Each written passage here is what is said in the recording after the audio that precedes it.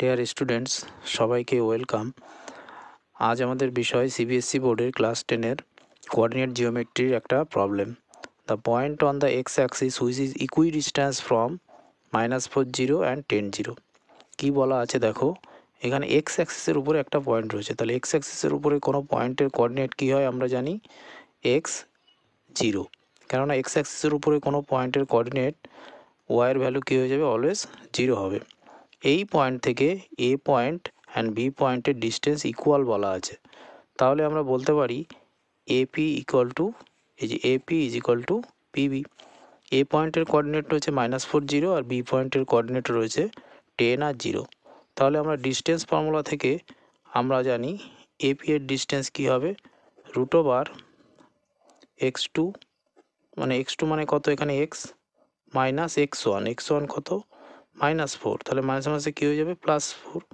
তাহলে x+4 whole square plus y2 minus y1 whole square. তাহলে y2 কত, 0। তাহলে 0 - 0 হোল স্কোয়ার, কিছুই থাকলো না।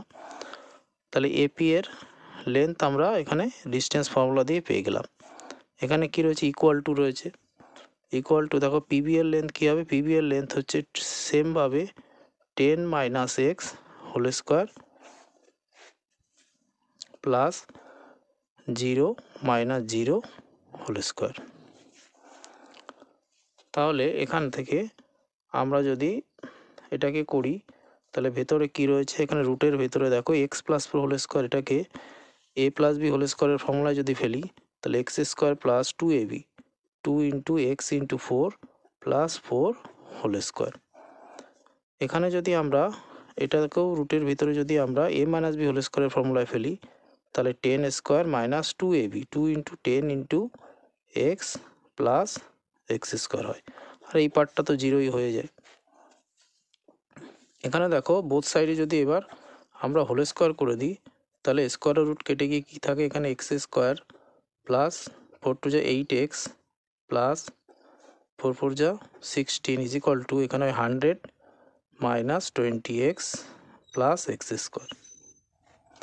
দেখো বোথ সাইড থেকে x² ক্যান্সেল হয়ে যায়।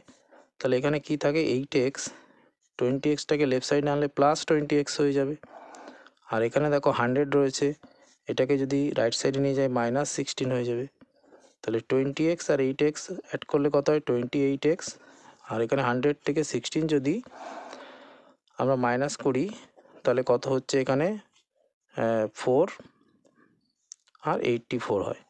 তাহলে x ইজ ইকুয়াল টু দেখো 84 / 28। তাহলে এটাকে ক্যান্সেলেশন করলে কত হয়, 3 হয়। তাহলে x ইজ ইকুয়াল টু 3।